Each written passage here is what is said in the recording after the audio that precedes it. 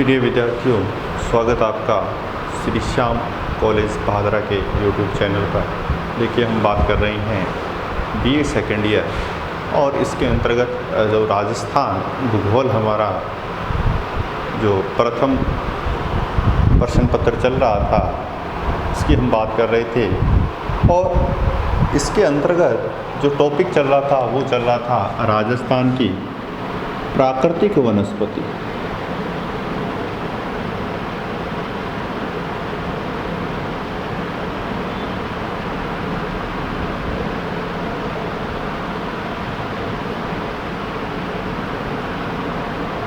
राजस्थान की प्राकृतिक वनस्पति। प्राकृतिक वनस्पति के अंतर्गत हमने वनों के प्रकारों की विवेचना की थी, जिसमें से कुल 7 प्रकार के वन थे, उनकी हमने बात की थी।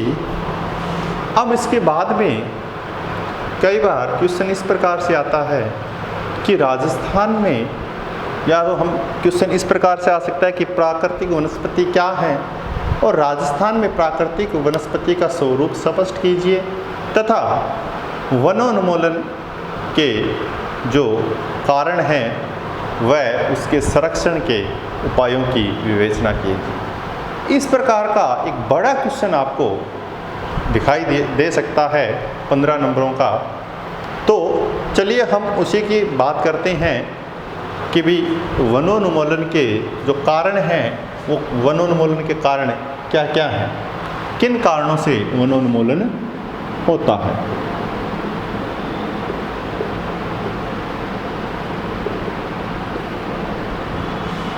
देखिए, वनोन्मूलन है, इसका जो शाब्दिक अर्थ है वनों की कटाई। वनों की कटाई क्या कहलाता है? वनों उन्मूलन कहलाता है। अब देखिए, वनों की जो कटाई है, वनोन्मूलन जो प्रक्रिया है, वो प्रक्रिया कई जो परियोजनाएं होती हैं उन परियोजनाओं को पूर्ण करने के लिए कई बार वनोन्मूलन किया जाता है। ये तो एक स्वाभाविक सी चीज़ है कि हमने परियोजनाओं को पूर्ण करना है हमें, और इन परियोजनाओं को पूर्ण करने के लिए एक सीमित क्षेत्र में हम वनोन्मूलन करते हैं। ये तो एक अलग बात हो गई, ठीक है। लेकिन कई बार ये कंसेप्ट हमें दिखाई देती है वन विनाश। ये बहुत घातक चीज़ है, वन विनाश, वनों का विनाश करना। अब देखिए, वनों का जो विनाश है वो प्राकृतिक दृष्टि से भी होता है। अब प्राकृतिक दृष्टि से वनों का जो विनाश है वो कैसे होगा? या तो उस क्षेत्र में बाढ़ उत्पन्न हो सकती है या सूखा उत्पन्न हो सकता है। ये बहुत बार देखे जाने वाली कुछ आपदाएं हैं जिनके कारण वन क्या हो जाते हैं? विनाश रूप ले लेते हैं। वनों का क्या होता है? धीरे धीरे विनाश हो जाता है, वो धीरे धीरे खत्म होने शुरू हो जाती है। ये तो है प्राकृतिक। लेकिन प्राकृतिक की अपेक्षा जो मानवीय कारक है वो ज़्यादा इफेक्ट करता है किसको? वनों को। और इफेक्ट करता है, लगातार इसका प्रयोग करता रहता है। मतलब गतिशीलता, दोनों कारकों की गतिशीलता की बात करेंगे तो जो मानवीय कारक हैं इसमें गतिशीलता एक तो ज़्यादा होती है और एक है लंबी होती है, अधिक समय तक। मान लो ऐसे प्राकृतिक दृष्टि में 100 में से 5 वृक्ष खराब हो गए, लेकिन मानव क्या करेगा? इन 100 में से प्रतिदिन 10 का विनाश करता हुआ चला जाएगा। ये 3 दिन में 15 वृक्ष खराब हो गए, विनाश हो गया इनका। लेकिन ये 5 दिन करेगा, 50 वृक्षों को नुकसान पहुंचा देता है। कौन? मानव। तो प्राकृतिक दृष्टि से वन विनाश होता है, लेकिन जो मानवीय दृष्टि से देखा जाए तो मानवीय दृष्टि से क्या हो रहा है, ज़्यादा वन विनाश हो रहा है। तो हम इसी प्रकार से देखेंगे कि जो स्थानीय और प्रादेशिक स्तर पर जो वन विनाश के कारण हमें दिखाई दे रहे हैं, ऐसे कौन कौन से कारण हैं जिनसे वन विनाश हो रहा है, तो हम उसकी बात करेंगे।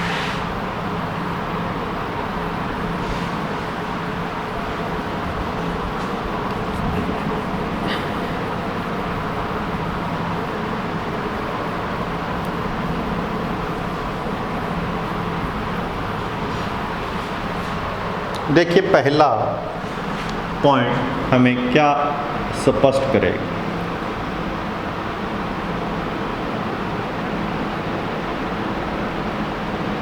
झूमिंग कृषि प्रणाली।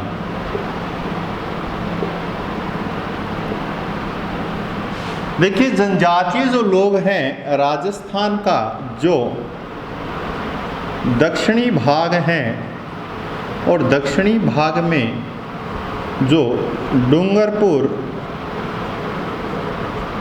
बांसवाड़ा और उदयपुर का जो क्षेत्र है, ये जनजातीय क्षेत्र है। यहाँ कुछ क्षेत्र में हमें जनजाति नजर आती है।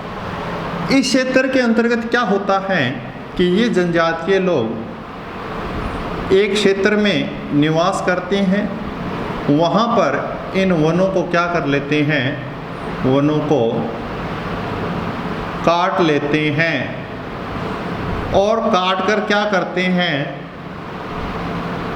जला देते हैं और जलाने के बाद में यहाँ क्या करने लगती हैं, कृषि करते हैं। चलो ठीक है, यहाँ पर कृषि करना प्रारंभ कर दिया, लेकिन कुछ समय बाद 2 या 3 वर्ष बाद यहाँ की मिट्टी में जो उपजाऊपन है वो क्या हो जाएगा, कम हो जाएगा और मिट्टी कैसी हो जाएगी, अनुपजाऊ हो जाएगी। फिर ये क्या करेंगे, चलो जी दूसरे क्षेत्र, यहाँ भी सेम प्रक्रिया को दोहराते हैं। तो आपको स्पष्ट नहीं हो रहा है कि धीरे धीरे क्या हो रहा है, इन जनजातीय लोगों के द्वारा वनों का विनाश होता जा रहा है। और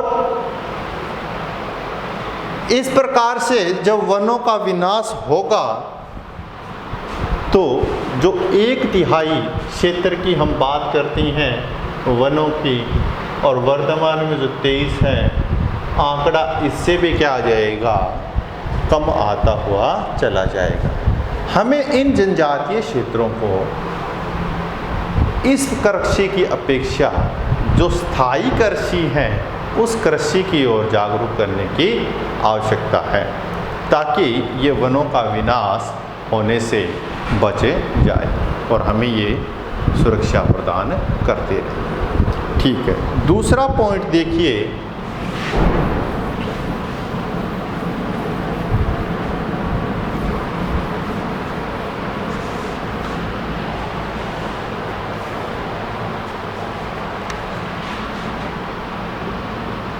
बढ़ती हुई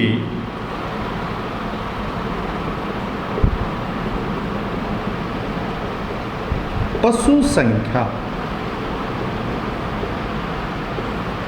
बढ़ती हुई पशु संख्या, देखिए एक दृष्टि से देखें हम तो हम पशुपालन पर जोर डालते हैं कि हमें पशुओं की जो संख्या है उसमें वृद्धि करनी चाहिए, ताकि हम प्राकृतिक दृष्टि से क्या हो जाएं, मजबूत हो जाएं और इनसे जो प्रोडक्ट प्राप्त होती हैं वो हमारे आम जनजीवन में बहुत ही लाभदायक होते हैं। तो जो पशु हैं वो निरंतर क्या हो रहे हैं, निरंतर बढ़ रहे हैं, और जब पशु बढ़ रहे हैं तो इनके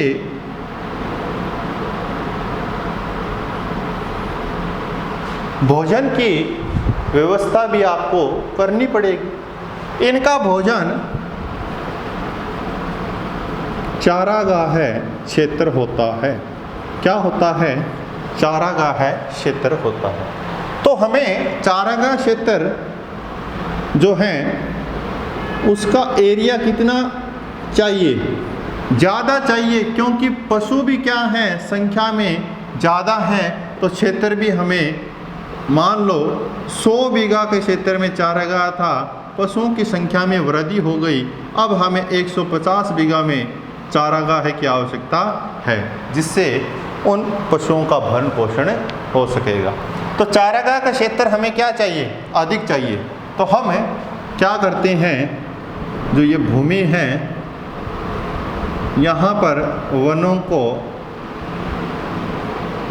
कटाई कर देंगे, वनों को काट देंगे, और ये जो क्षेत्र है ये किस में तब्दील हो जाएगा? फिर ये क्षेत्र चारागाह में तब्दील हो जाएगा। अब देखिए, चारागाह के क्षेत्र के लिए हमें किसकी कटाई करनी पड़ी? वनों की कटाई करनी। तो ये कारण भी एक प्रमुख है वनोन्मूलन का। दूसरी हम बात करते हैं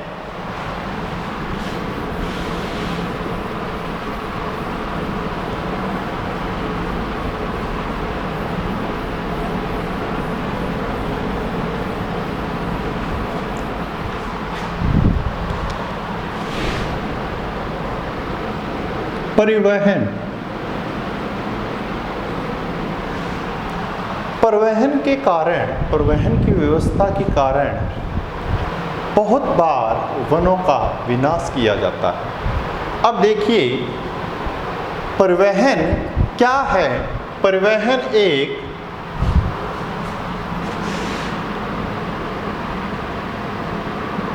मानवीय विकास की आवश्यक दशा है।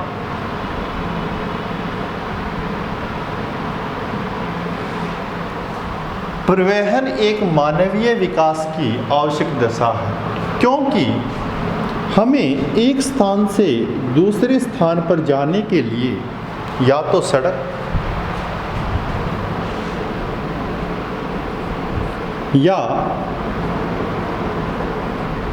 रेलवे या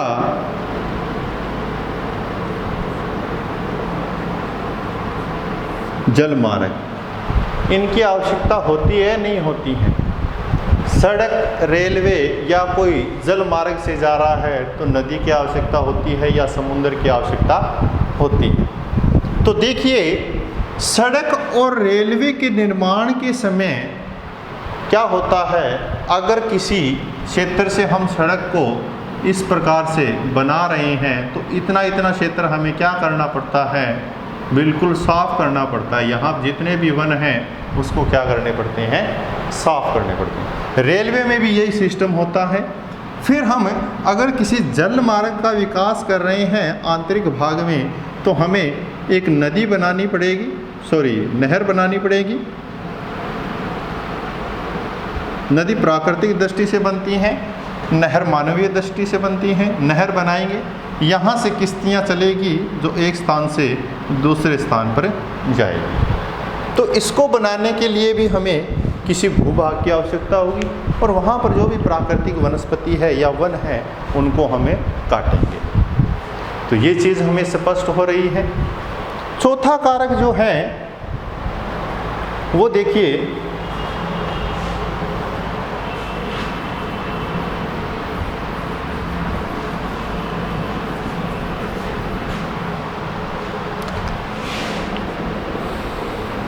बहु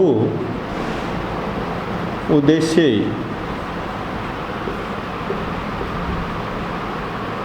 परियोजनाओं हेतु। बहुउद्देश्यीय परियोजना क्या होती हैं? ऐसी परियोजनाएं जिनका उद्देश्य सिर्फ एक नहीं होता है, बल्कि क्या होता है, एक से अधिक होता है। जैसे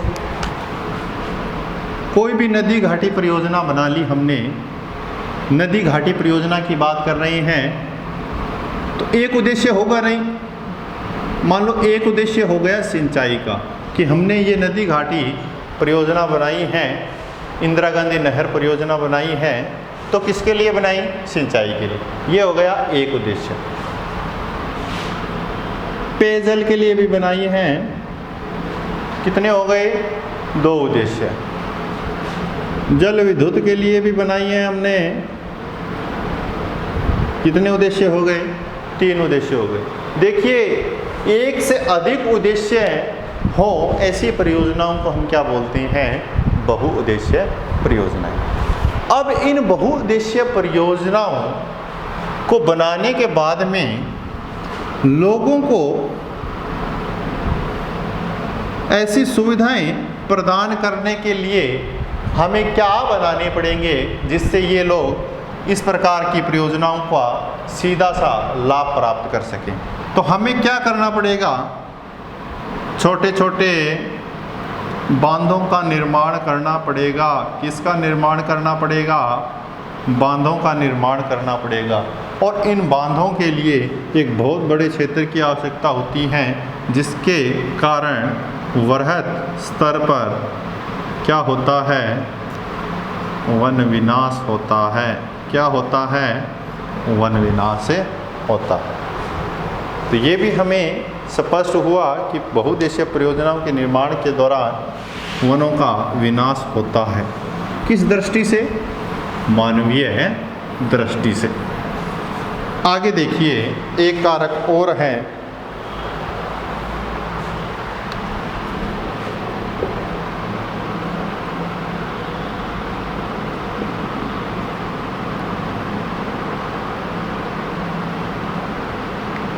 व्यापारिक दृष्टि से। व्यापारिक दृष्टि से देखिए, जब व्यापार किया जाता है तो व्यापार के अंतर्गत हम वनों को सम्मिलित कर लेते हैं, जैसे लकड़ी काटने का कार्य।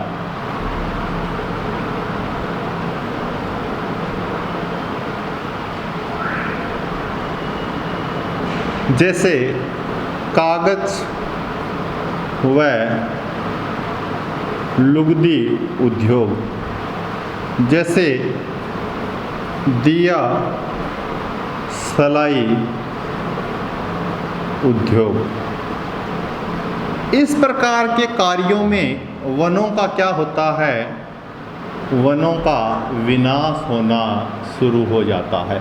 व्यापार की दृष्टि से तो अच्छी बात है कि व्यापार की दृष्टि से हम समृद्ध होते जा रहे हैं, लेकिन वनों की दृष्टि से हम निम्न स्तर पर आ गए हैं, नीचे वाले पायदान पर दिखाई दे रहे हैं। तो यहाँ भी वनों का विनाश हो रहा है। लास्ट है खनन क्षेत्र। अब देखिए, पृथ्वी के अंतर्गत कोई भी ऐसा पदार्थ है जिसकी भौतिक और रासायनिक संरचना होती है, हमें एक खनिज प्रतीत होता है। अब उसको खोदकर निकालने की प्रक्रिया किसके अंतर्गत सम्मिलित होती हैं? खनन के क्षेत्र में सम्मिलित होती हैं।